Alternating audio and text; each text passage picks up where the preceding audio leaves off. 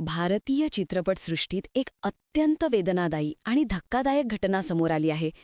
ज्या व्यक्तीला बॉलिवूडचा he man म्हटले जात होते, ज्यांच्या व्यक्तिमत्वाने असंख्य पिढ्यांना प्रेरित केले, ज्यांच्या अभिनय, स्वभाव, करिश्मा आणि जीवनातील साधेपणाने कोट्यावधी लोकांच्या मनावर राज्य केले, अशा धर्मेंद्र यांचे निधन झाले आहे. आणि या क्षणी मुंबईतील विलेपार्ले स्मशानभूमीत त्यांच्यावर अंतिम संस्कार सुरू आहेत, अशी माहिती विश्वासार्ह सूत्रांनी पुष्टी केली. आणि हीच बातमी आता संपूर्ण देशभरात वेगाने पसरत आहे. आज दुपारी सुमारे 1 वाजता मुंबईतील त्यांच्या घरात त्यांनी शेवटचा श्वास घेतला आणि त्यांच्या जाण्याने संपूर्ण सिनेसृष्टी, त्यांचे कुटुंब, त्यांचे सहकारी, चाहत्यांची विशाल फौज सर्वजण एका खोल शोकात बुडाले आहेत. धर्मेंद्र हे केवळ एक अभिनेता नव्हते, ते एक भावना होते, एक परंपरा होते, एक असा इतिहास होते जो भारतीय सिनेमाच्या पानांवर सुवर्णाक्षरांनी लिहिला जाईल. आणि त्यांच्या अंतिम दर्शनासाठी दिग्गज कलाकारांचा लोंढा स्मशानभूमीत जमू लागला. अमिताभ बच्चन, अभिषेक बच्चन, आमिर खान, सलमान खान, सलीम खान, अनेक नामांकित दिग्दर्शक, कलाकार, लेखक, निर्माते सगळे त्यांना शेवटचे अभिवादन करण्यासाठी पोचले. धर्मेंद्र यांच्या पत्नी आणि दिग्गज अभिनेत्री सांसद हेमा मालिनी हे देखील या दुःखाक्षणी तेथे उपस्थित असून भावनांनी व्याकुळ झालेल्या कुटुंबाला आधार देत आहेत. सनी देवल, बॉबी देवल, अभय देवल, ईशा देवल, आहाना सर्वच कुटुंबीय तेथे उपस्थित असून वातावरण अत्यंत शोकमग्न, तणावपूर्ण आणि भावनिक बनले आहे. आज केवळ एक व्यक्तीचे निधन झालेले नाही, तर जणू एक युग संपले आहे, असा स्वर पूर्ण सिनेजगतामध्ये उमटत आहे.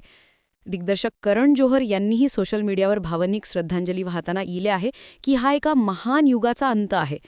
धर्मेंद्र यांच्यासारखा करिश्माई, प्रचंड लोकप्रिय, अतिशय देखणा, प्रामाणिक आणि लोकांच्या हृदयात कायम राहणारा नायक भारतीय सिनेमासृष्टीत दुर्मिळ आहे.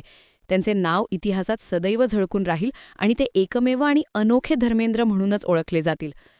करण जोहर यांचे हे शब्द अनेकांच्या मनातील भावना स्पष्टपणे व्यक्त करतात. कारण धर्मेंद्र यांचे आयुष्य म्हणजे संघर्ष, मेहनत, स्वप्नपूर्ती आणि माणुसकीचा अद्वितीय संगम होता.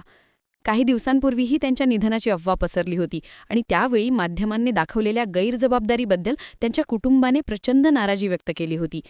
हेमा मालिनी यांनी तेव्हा सोशल मीडियावर लिहिले होते की अशा संवेदनशील गोष्टींवर अफवा पसरवणे अत्यंत गैरजबाबदारीपणाचे आहे. त्याचवेळी सनी देवल यांनीही माध्यमांवर शब्दात नाराजी व्यक्त केली होती. पण आता मात्र ही गोष्ट खरी आहे. धर्मेंद्र खरोखरच जगाचा निरोप घेऊन गेले आहेत. धर्मेंद्र यांचे संपूर्ण जीवनपट पाहिला तर तो एखाद्या सिनेमासारखाच उतर चढाव, संघर्ष, नाती, प्रेम, लोकप्रियता, विवाद, साधेपण आणि अमरवाने भरलेला आहे. त्यांचा जन्म पंजाबमधील लुधियाना जवळील एका छोट्या गावात नसराली 8 डिसेंबर 1935 रोजी झाला. त्यांचे वडील शाळेत हेडमास्टर होते, साधे पण शिस्तीचे व्यक्तिमत्व असलेले, तर आई अत्यंत प्रेमळ आणि धार्मिक वृत्तीच्या. धर्मेंद्र त्याच लहानपणीच भावनिक, संवेदनशील आणि मेहनती स्वभावाचे बनले.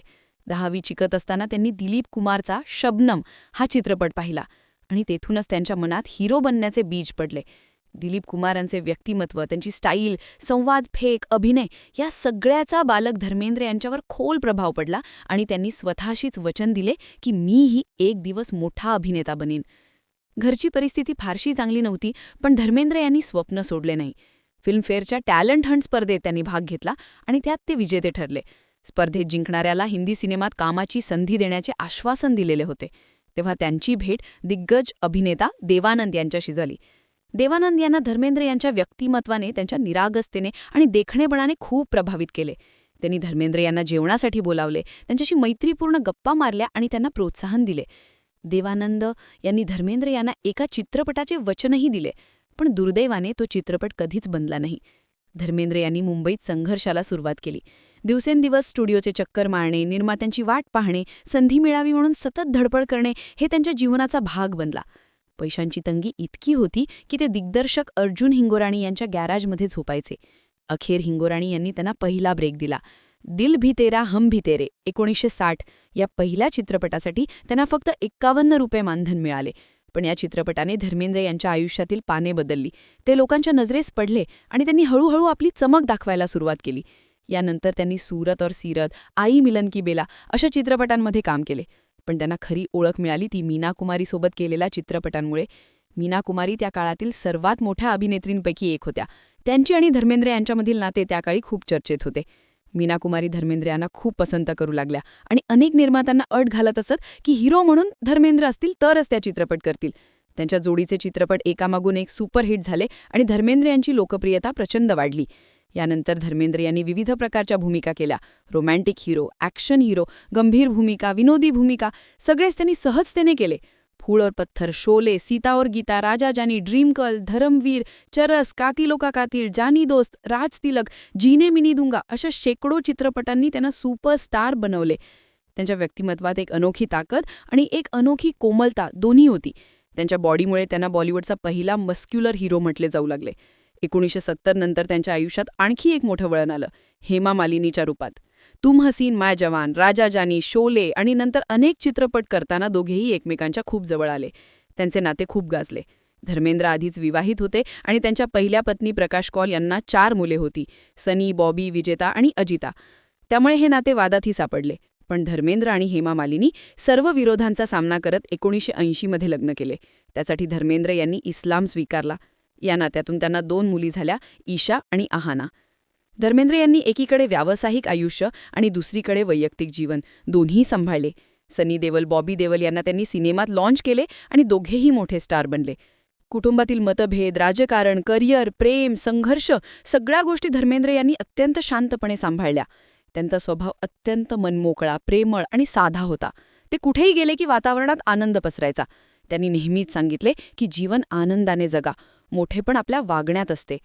अगदी वृद्धात्वातही ते अत्यंत सक्रिय होते. फार्म हाऊसवर सायकल चालवणे, व्यायाम करणे, शेती करणे, चाहत्यांशी संवाद साधणे हे ते रोज करत. त्यांच्या इंस्टाग्राम व्हिडिओमध्येही ते अनंत जीवनातील ती साध्या पण महत्त्वाची गोष्टी सांगायचे. त्यांचे हसू, त्यांची माणुसकी, त्यांची नम्रता आजही लोकांच्या मनात जिवंत आहे. आणि आता त्या महान व्यक्तीचे पार्थिव शरीर समोर ठेवले असताना मुंबईतील स्मशानभूमीत हजारो डोळे पाणावले आहेत. कुटुंबियांचा आक्रोश, कलाकारांची शोकव्याकुळता, चाहत्यांच्या मनातील पोकळी हे सगळं शब्दात सांगता येण्यासारखे नाही. कुटुंबाने ही बातमी अत्यंत लो प्रोफाईल ठेवण्याचा निर्णय घेतला, कारण त्यांना माध्यमांचे गराडा नको होता. मृत्यूवरच्या त्याच्या सनसनाटी हेडलाईन्स नको होत्या. म्हणूनच त्यांचे अंतिम संस्काराची माहिती बाहेर आली तेव्हाच, जेव्हा त्यांचे पार्थिव शरीर स्मशानभूमीत पोचले. आज भारतीय सिनेमा एक खरा दिग्गज गमावून बसला आहे.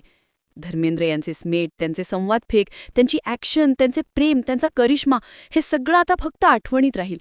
पण त्यांच्या चाहत्यांच्या हृदयात, इतिहासाच्या पानात आणि भारतीय सिनेमाच्या सुवर्ण काळात त्यांचे नाव सदैव अमर राहील. ते खरोखरच एकमेव आणि अनोखे धर्मेंद्र म्हणूनच ओळखले जातील.